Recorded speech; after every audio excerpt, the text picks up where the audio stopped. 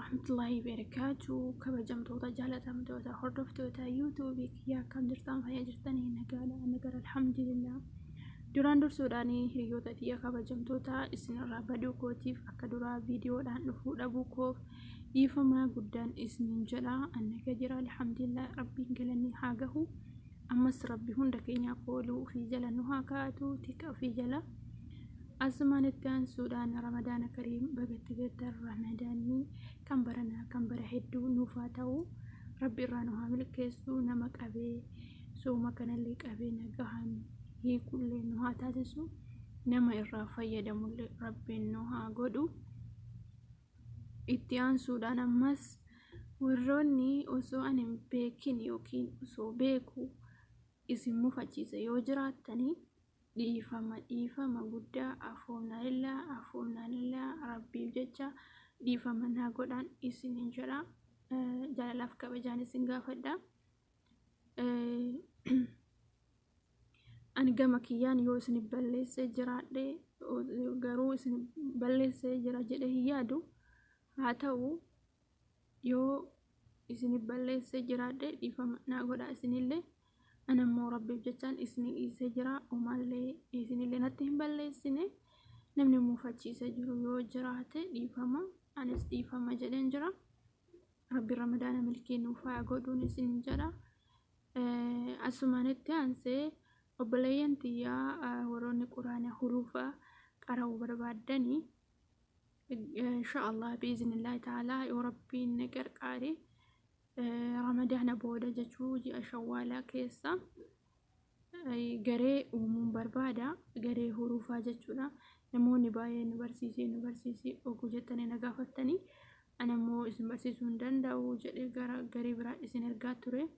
Alhamdulillah amma inshaallah yoo rabbi fedhe ustaaza argadheen jira kan isin qaraasisu. Ustaazi ofis barataadha.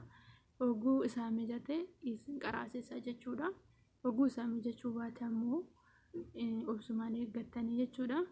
Kanaafi inshaallah yeroo dhiyootti Ramadaana kana baasnee yoo rabbi jedhe maal goona seetanii garee ijaarree garee sanirratti huruufaa hanga juuza soddomaatti ni qaraatu. Garuu asumaan kasin himuu barbaadu ana miti kasin qaraasu ustaaza rabbiif jecha isin qaraasuu barbaadu jira. Isatu isin qaraasa angaroo walitti isin qaba jechuudha inshaallah biiznillaahi ta'aalaa. Kanan isin jira oduu gammachiisaadha miti kun alhamdulillah.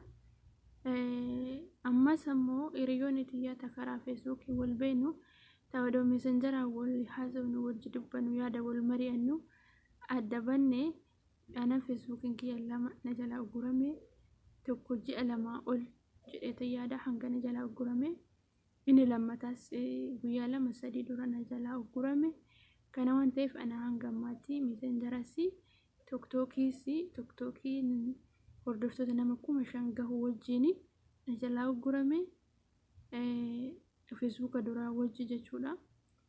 Sababni walirratti baneera waan ta'eef tokkookaa fi Facebook hordoftoota nama 4,000 ol qabuu fi tokkooka guddaa itti fayyadamu na jala ugurameera. Warri gara isin beektanillee warri karaa Facebook na beektanillee simboosanyaa caaluu hundeessaa ugurame erga jedhee ture ji'a 3 ol isinin jaa. Akka na barbaachaa jirtanii ergaan gara na dhaqqabaa jira. Anna gara alhamdulillah na yaafachuu keessanii fi galatoomaa isinin jira. Yeroo dhiyootti itti deebi'ee Facebook deeffadhee wal argina jedhee yaada. Obsaan na eegan isinin jechuu barbaada. Akkasumas Facebook lammaffaatiin warri na beektanis isa jidduu kana na jala gubate naguman jira. Walitti deebina inshaallah. Warri barachuu barbaadan quraana lakkoofsa kiyya isinii maxxansa lakkoofsa kiyya na argachuu dandeessu karaa YouTube kana jechuudha. Sababni Facebook lammaffaa deebifachuu hin danda'u karaa kamiinuu jechuudha. Kanan isinin jaa. Akkasumas hiriyoonni tiyya warri karaa YouTube'aatiin wal barree jenne ani irra caalaa karaa Facebook'aatiin hiriyoota koo karaa YouTube'aa fidadhee wal beena waan ta'eef warri gara YouTube'aatiin wal barree hunda keessanuu isin jaaladha isin kabaja. Waan isin mufachiise yoo jiraate dhiifama naa godhaa isinin jaa.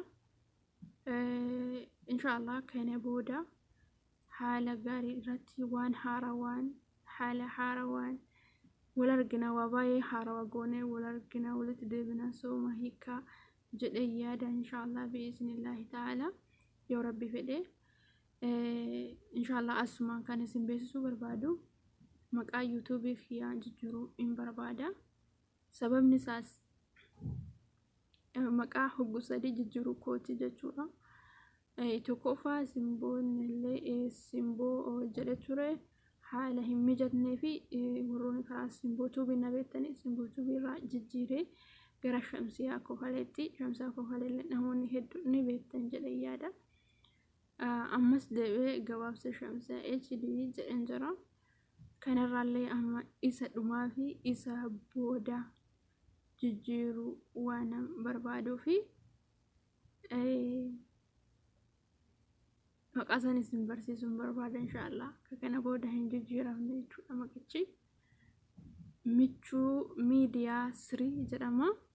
Michuu miidiyaa 3 jedhe kana booda akkasitti quba qabaadha akkasitti na beekanis hin jira. waan irraa hafee dhaamsi an dabarsuu barbaadu waa'ee ramadaana kana irratti jechuudha. Egaa ergaa dhufee kana jedhe waan isin himuu barbaadu egaa kana jedhe waa'ee ramadaana kanarraa ramadaana haala kamiin dabarsuu qabna isa jedhu akkuma kiyya yookaan namoonni baay'ee maatii ofii yaadee gadduutti jira. Uumaa miti anshuruu keessaa baana maatii keenyas ni argina innis ni jira jibadha. itti aansuudhaan ammoo ramadaana kana haala kamiin dabarsuu qabna hamma fedhelee dalagaa yoo nutti ulfaata jedhe shamarran mana keessa dalannu quraana keessan qara'uu hin dagatina. Uumaa harkaanillee fuutanii qara'uun isin ulfaate zikirii gochuu hin dagatina. Hogguu meeshaa dhixxan hogguu nyaata hojjetan zikirii gochuu afaaniin jechuu hin dagatinaan isin hin jedha. Akkasuma maatii keessanillee yaadadhaan isin hin jedha. Maatii keessanis yaadadhaa. Ollaa keessan namoota dadhaboo waa bitachuu hin dandeenye yookiin haalli biyya keenyaa yeroo kana ulfaata waan ta'eef warroota sanillee odoo qarqartanii iddoo naatti tola. Haguma isinii danda'ameenii yoo isinii danda'amuu baatamuu maatii keessan qarqartan jechuun nama qarqarsa biraa nama biraarraa hin barbaadu jechuudha. Maatiin keessanuu maatii keessanis yaadachuu qabdanii waan tokko tokko bittanii isaan gammachiisuu qabdanii. Maatii hogguu ayyaana qofa qarqaran jechuu koo miti. Maatii ofii yeroo hundumaa ni qarqaranii garuu addatti maatii fi miti ollaa ofiillee biyya ofiillee namoota rakkaa ta'uu ta'anii faxarsiisuun gargaaruun dirqama nurra jiru jechuudha. Waan kana ta'eefi jabaadhaan isin hin jira. Sadaqaa godhachuu irratti zikirii du'aa godhachuu irratti wantoonni namoonni baay'een yaadni kenna muranni kenna nu guutamuu dadhabdoonni jettanii du'aa godhadhaa ji'a kana keessa saamadhaa rabbiin haa gargaaru hundaayyuu. Kan jaartiin si jallattes kan jaarsi si jallates haqiiqaa dhugumaan jedhaa jira. Du'aa godhadhaa sadaqas baay'isa. Namoota dadhaboo cina keessan jiranillee yaadadhaa. Yatiima akkasuma masjiida bittanii waan garaagaraa kaa'uudhaan ji'a kana keessa zikriin ibaadaadhaan quraana qara'uudhaan hafazatanii lubbuu 2-3 buusuudhaan isin hin jaa. Jabaadhaa hojiilee rabbiin haa gargaaru inshallah hunda keenyaaniyyuu. Jabaadhaan isin hin jedha. Dhaamsa hojii rabbiin gabrummaa jalaalin haa baasu. Akkasuma immoo wanta ani dagachuu hin barbaanne tokko jira. Innis maalidha? Ijoollee teenya mana hidhaa Suudi Arabiyaa keessa jiranii du'aadhaan hin dagatinaa. Hoo'i amma deebi'ee qorra sana akkasitti dabarsanii hoo'allee amma akkasumatti dabarsuutti jiru jechuudha. Waan kana ta'eef du'aa godhaa fi rabbiin furmaata akka fidu mee yeroo ramadaanni hin jirreyyuu haala kamiin akka dabarsaa jiran argaa jirtu. Ramadaana kana keessa mee akkamiin akka dabarsa ani bakka gaarii jiraadhee haala gaarii irratti waan gaarii nyaataa akka barbaade maatii kiyya waliin sa'aatii 24 haasaya yeroo ramadaanni dhufu baay'ee na dhagahama jechuudha. Waan kana ta'eef isaan ammoo haala kam keessa akka jiran tilmaamu nama hin dhibu jechuudha. Saniyyuu hogguu meeqan isaa fartuu ni deemtuu jedhanii taphatanii namoonni xiinsammuutiin qabamanii godaannisa sammuu isaaniitiin qabamanii dhukkubsataa jiran baay'ee jira jechuudha. Kanaaf du'aa keessanii hin dagatinaan isin hin jira. Rabbi furmaata biyya keenyaallee nuufillee haa fidu warra biyya namaa keessa rakkachuu jiru ijoollee teenya jechuudha. rabbi waan dadhabe hin qabu kanaaf jabaadhaan isiniin jira akkasuma immoo ijoolleen teenya tan biyya arabaa jirtan jechuudha wanti isin dagachuu hin qabne ramadaanii dhufee nu bira gahee soomanne zakatul fitrii hin dagatinaa itti yaadamu marra akkuma walitti dhiyaattaniini qarshii teessan walitti qabaa hamma isinii jechuun fatwaa irratti lafa kaa'amee jira hamma namni tokko irraa bahuu qabuun tilmaamtee mallaqa walitti qabdee biyya keenya haala ulfaataa keessa beelaan jiran kanaaf mallaqa keessa walitti qabdanii hamma nama tokko irraa bahu jechuudha midhaan bittanii osoo daasistanii ummata rakkataa jiruuf osoo ergitanii irra baheessa isinillee ajrii guddaa sadaqaa guddaa isiniif ta'an jedhee yaada waan kanallee ammuma itti yaada akkasuma immoo oduma kanan taaneyyuu warroonni biyya arabaa jirtanii maatiin keessan biyyatti zakatul fitrii isinirraa baasuu dhabuu danda'a akkasuma immoo ijoollee musliimaa mana arabaa keessa jirtanii namoonni baay'een beekanii zakatul fitrii namarraa hin baasuu jechuudha irra hedduu nama tokko namarraa baasa malee waan kana ta'eef ati zakatul fitrii hin baastu yoo ta'e soomte rakkoo guddaadha kanaaf haala isin mijatee guruppiidhaan walitti qabamtanii qarshii guurtanii midhaan bitanii ummata keenya yoo ergitanii haala irra bayeessa jechuudha kana yoo ta'uu baate ammoo maatii keessa yaadachiistanii maatiin keessa midhaan isinii bitee dadhabama naannoo kan keessatti argamuu fi yookiin ammoo akkuma beekan masjiida fidanii walitti qabanii yatiima kennan jechuudha kan beekutti kanan isiniin jedha